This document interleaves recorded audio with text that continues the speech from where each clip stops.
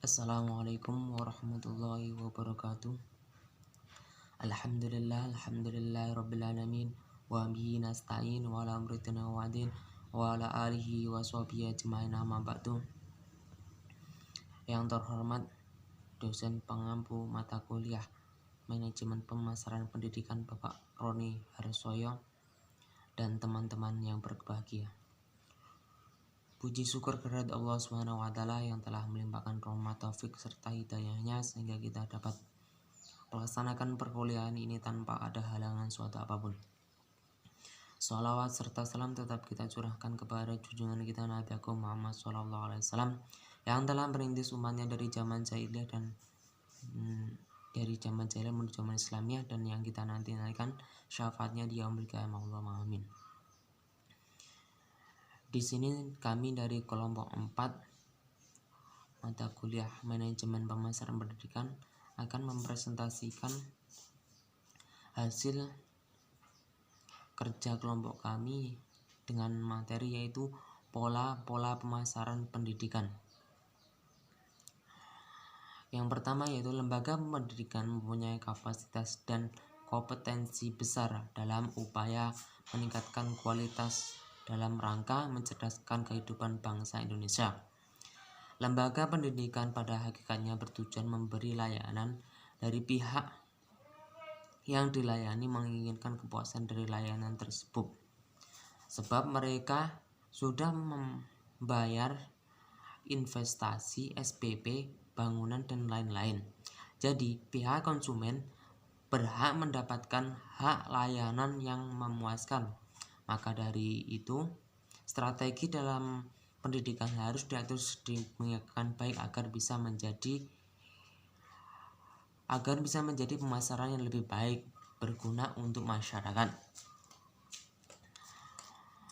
Grundrose menegaskan bahwa pemasaran jasa tidak hanya membutuhkan pemasaran eksternal saja, tetapi juga membutuhkan pemasaran internal dan pemasaran interaktif.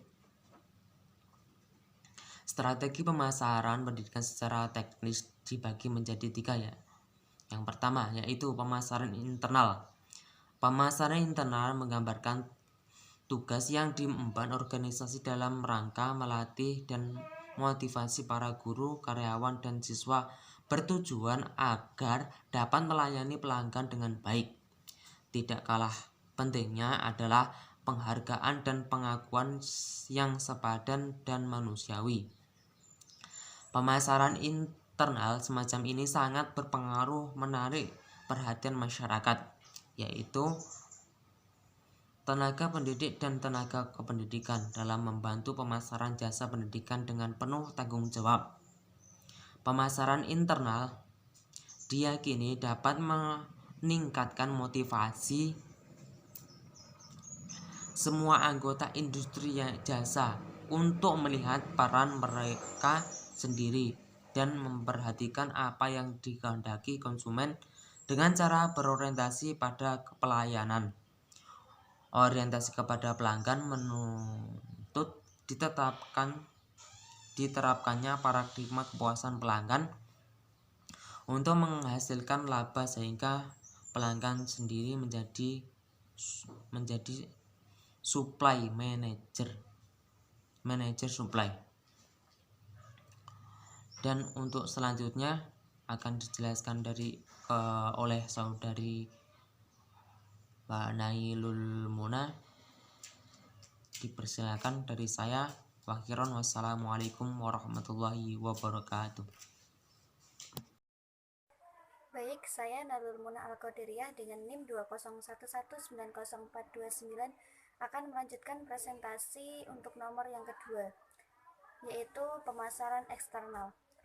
Pemasaran eksternal adalah suatu cara pemasaran di mana suatu perusahaan memasarkan jasanya kepada pelanggan menggunakan cara-cara pemasaran biasa, umum maupun tradisional. Pemasaran eksternal ini yang biasa dikenal dengan 4P, yaitu produk, price, promotion, dan place. Pemasaran eksternal digunakan untuk memberitahu atau menyebarkan informasi atau mengomunikasikan mengenai potensi suatu lembaga pendidikan dan dipasarkan di lingkungan masyarakat. Pemasaran eksternal ini menggambarkan aktivitas normal yang dilakukan oleh organisasi suatu pendidikan dalam mempersiapkan produk, menetapkan harga, melakukan distribusi informasi, dan mempromosikan produk jasa yang bernilai kepada para pelanggan. Pemasaran semacam ini dapat memungkinkan potensi dan produk jasa pendidikan yang berbeda dengan lembaga pendidikan lainnya untuk dipromosikan dan dipublikasikan kepada pelanggan agar menarik perhatian kepada konsumen. Pemasaran eksternal untuk menyebarluaskan informasi dan potensi lembaga pendidikan diketahui, dikomunikasi, dan dipasarkan pada masyarakat sebagus apapun potensi dan keunggulan suatu lembaga tanpa dibarengi dengan strategi pemasaran jasa pendidikan yang baik, maka akan menyebabkan keunggulan tidak diketahui oleh pelanggan jasa pendidikan sehingga tidak bisa menarik perhatian. Kemudian sebaliknya, seberapapun potensi yang dimiliki oleh suatu lembaga pendidikan akan tetapi dipasarkan dan dipromosikan, dikomunikasikan dengan baik, maka akan menarik perhatian masyarakat sebagai pelanggan jasa pendidikan.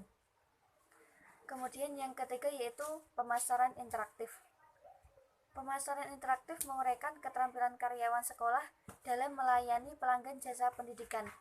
Pemasaran interaktif memastikan apakah janji karyawan sekolah ditepati atau tidak.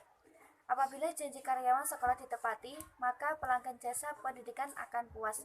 Begitu sebaliknya, apabila janji karyawan sekolah tidak ditepati, maka pelanggan jasa pendidikan akan kecewa, sehingga pelanggan dapat meninggalkan sekolah. Keberhasilan sekolah sangat tergantung pada kemampuan untuk mengembangkan hubungan yang memuaskan dengan pelanggan pendidikan, serta dapat menerapkan bauran jasa pendidikan.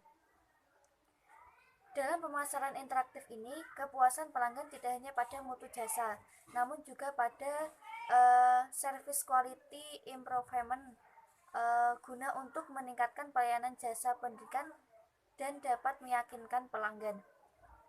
Kemudian, pemasaran interaktif ini menggambarkan antara pelanggan dalam hal ini pelanggan bisa berarti para siswa dengan para karyawan dan juga pemimpin organisasi. Diharapkan setiap organisasi bermotivasi tinggi dan diperdayakan dapat memberikan total quality service kepada setiap pelanggan dan calon pelanggan. Pemasaran semacam ini dimaksudkan untuk memberikan pelayanan pendidikan yang prima dengan senantiasa meminta kritikan yang konstruktif dan solutif dalam meningkatkan layanan pendidikan. Karena pelayanan pendidikan yang prima akan menimbulkan kesan positif terhadap lembaga pendidikan. Semakin bagus pelayanan yang diberikan, akan semakin meningkat kepercayaan konsumen jasa pendidikan terhadap lembaga pendidikan tersebut. Sebaliknya, jika pelayanan yang kurang baik akan menyebabkan kesan masyarakat akan buruk terhadap suatu lembaga pendidikan tersebut. Oleh karena itu, kebutuhan dan keinginan masyarakat kekinian harus mampu direspon dan dengan baik oleh suatu lembaga pendidikan untuk menjaga stabilitas mutu pendidikan yang diharapkan dapat mencapai tujuan pendidikan yang telah diatur sebelumnya. Mungkin itu yang dapat saya sampaikan. Selanjutnya akan dilanjutkan oleh Saudari Rumiati. Bismillahirrahmanirrahim. Perkenalkan, nama saya Rumiati, NIM 201190455. Di sini saya akan menjelaskan poin tentang kelebihan dan kekurangan pemasaran pendidikan. Yang pertama, kelebihan model pemasaran internal, yaitu mudah dikenal dengan cara membuat laman website sekolah. Yang kedua, mudah dalam proses komunikasi dengan calon siswa. Yang ketiga, adanya tenaga bantuan dari wali murid calon siswa. Sedangkan kekurangan model pemasaran internal yaitu yang pertama, tidak mengetahui tingkat kepuasan konsumen. Yang kedua, kurang dekat dengan konsumen. Yang ketiga, tidak memikirkan apakah konsumen mengetahui cara membuat website atau tidak. Yang selanjutnya, kelebihan model pemasaran eksternal yaitu yang pertama, lebih dekat dengan masyarakat secara umum. Yang kedua, lebih terbuka dalam pelayanan. Sedangkan kekurangan pemasaran eksternal yaitu yang pertama, tidak memperhatikan penggunaan media cetak secara optimal. Yang kedua, kurangnya efektivitas dikarenakan pendekatan kepada masyarakat sulit. Yang ketiga, kelebihan model pemasaran interaktif, yaitu yang pertama, pengguna jasa pelayanan pendidikan merasa puas. Yang kedua, pelayanan betul-betul dapat dirasakan oleh konsumen, sangat memperhatikan kepuasan pelanggan. Yang ketiga, memberikan yang terbaik kepada konsumen dan fasilitas yang diberikan sangat baik. Sedangkan kekurangan model pemasaran interaktif yaitu yang pertama, sering menjadi tempat konsultasi di luar jam operasional. Yang kedua, kedekatannya yang seperti tanpa batas mengakibatkan segelintir oknum memanfaatkan dengan kurang baik. Selanjutnya, di dalam hasilnya proses pemasaran terdapat unsur-unsur yang mendukung berhasilnya suatu proses pemasaran. Ada 3 unsur utama yang terdapat dalam pemasaran, antara lain segmentasi pasar, targeting, dan positioning. Segmentasi pasar yaitu tindakan mengidentifikasi dan membentuk kelompok pembeli atau konsumen secara terpisah. Masing-masing konsumen ini memiliki karakteristik, kebutuhan produk, dan baruan pemasaran tersendiri. Targeting yaitu tindakan memilih satu atau lebih segmen pasar yang akan dimasuki, atau positioning yaitu penetapan posisi pasar. Tujuannya adalah untuk membangun dan mengkomunikasikan keunggulan bersaing produk yang ada di pasar ke dalam benak konsumen. Pada perkembangannya, istilah pemasaran tidak hanya dipakai oleh organisasi atau lembaga profil saja, akan tetapi dipakai juga oleh lembaga non-profil.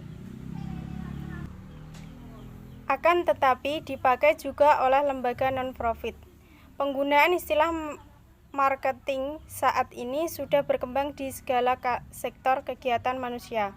Kenyataan ini diungkapkan oleh Morris sebagaimana dikutip oleh Muhaimin, bahwa dewasa ini tidak ada organisasi baik itu bisnis atau non-bisnis yang dapat terlepas dari pemasaran marketing. Organisasi tersebut dapat memilih untuk mengerjakannya demi kebaikan organisasi atau meninggalkannya untuk kemundurannya, sehingga pendidikan pun juga menggunakan istilah pemasaran atau memasarkan jasa pendidikannya.